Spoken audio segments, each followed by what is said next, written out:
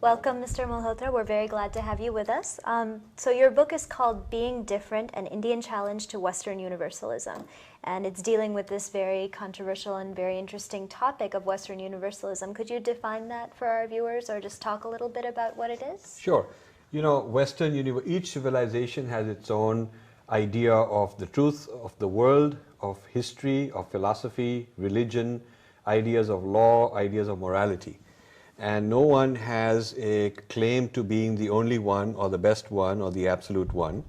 But the West, having colonized the world and having so much power over everybody else, and the language of the West, English, which we are speaking, having become sort of universal, through the institutional mechanisms controlled by the West in education, in media, in policy making, and through various other means, the Western ideas have become kind of globally universal.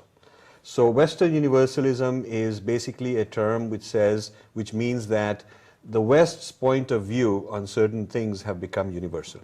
Now, just like a fish might not recognize water because it's so immersed in it, we are so immersed in Western Universalism, including Indians, that we might not even understand that such a thing exists. We might think it is universalism, it's real universalism.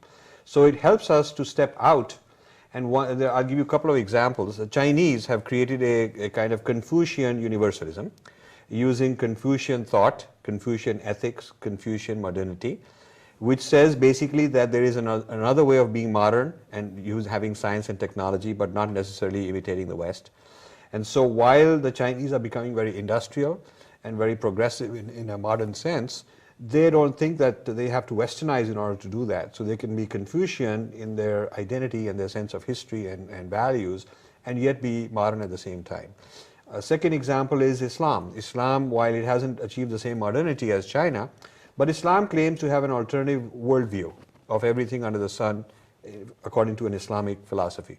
So there's certainly a Western universalism contesting that is a Chinese universalism and an Islamic universalism. So the question I was wondering is whether there's an Indian contribution to this discussion among universalisms.